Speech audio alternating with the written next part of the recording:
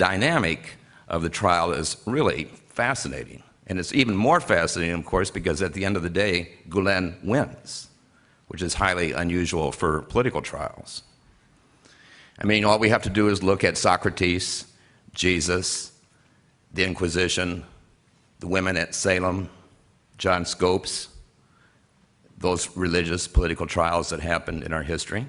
The other thing I really came to appreciate was the enormous sacrifice a lot of people have made in this change that has gone on, this amazing change that has gone on in Turkey that resulted in the referendum on September 12th, changing the constitution and enhancing civil liberties and human rights. So great respect. And many people died. Many people were in exile. Many people were in prison for a long time. And I had the honor of meeting some of them. The Gülen movement, in a sense, represents, I think, the challenge of the challenge between the Anatolia bourgeoisie emerging and the old Istanbul bourgeoisie, or as somebody once told me, the white Turks versus the black Turks. That this is the change. This is and you think about this, this is a serious challenge to the status quo that essentially was unregulated and was basically dipping its fingers or its hands into the treasury and running its life the way that it wanted to run its life. You have the whole deep state problem that we see has come up in all of the documents released to the Ergenekon and the sledgehammer indictments, right? The interplay between all of these entities I just mentioned, the interplay and the tight military-industrial complex, and how the Gülen movement threatens that because it's a popular movement that nobody can get its hands on, right, in the way that we think about organizational stuff in the United States. And it's a threat because you can't control it. People see it happening in front of them, the establishment, the economic order, and it's a threat to them.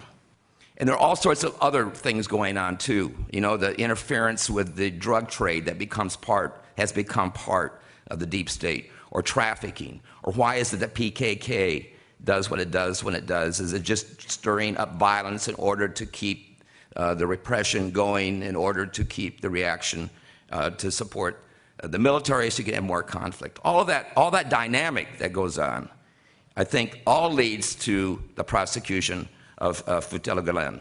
So, but the media in Turkey too, and the journalists and the print thing carry much more sway with people than they do in the United States. Journalists, for example, will appear on the front page of papers. They're paid very well. People pay attention to the political commentary. And so when you have this campaign start against Gülen, people look at it. Even people in the movement, I'm sure, said, wow, what's going on? Where there's smoke, is there fire? And that was part of what's going on. One of the good things that happened, by chance, I interviewed the lawyer in May about this, pure chance. One of the lawyers says to Gülen one day in Izmir, why don't you start suing these people for defamation? And Gülen says, no, you know, I'm not like that. Well, anyway, it happened. The lawyer talked him into it. The good thing is that the lawyers were able to, they brought something like 300 cases altogether, all across Turkey. But the lawyers the fact that they got a huge number of judgments in the courts for defamation, they were able to use later on in the criminal trial to show that the allegations brought by the prosecutor were not true.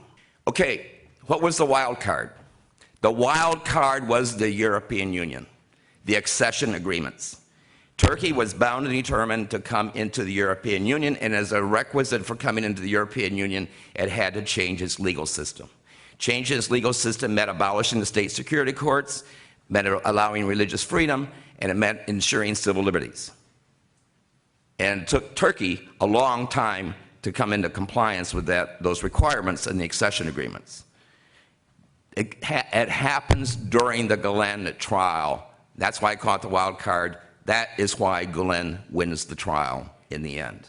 The indictment is awful if you read it. I mean, it's everything, all of this stuff, all of this trash stuff that was up here earlier, the secret cardinal, I mean, all of that stuff is in the indictment. And it looks like a cut and paste job, actually, that he'd end up Xeroxing or something. I mean, it's just, I mean, it's amazing the lack of integrity in bringing forward this criminal prosecution. But anyway, he does it. And of course, the day before he files the indictment, he leaks it to the press, you know, and all of that goes back and forth. Gülen is indicted as a terrorist.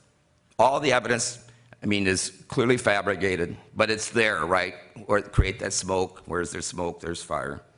And of course, the acquittal comes in the appeals court at the same time that Gülen is acknowledged as one of the top 20 intellectual leaders in the world. So it's a good month for Gülen.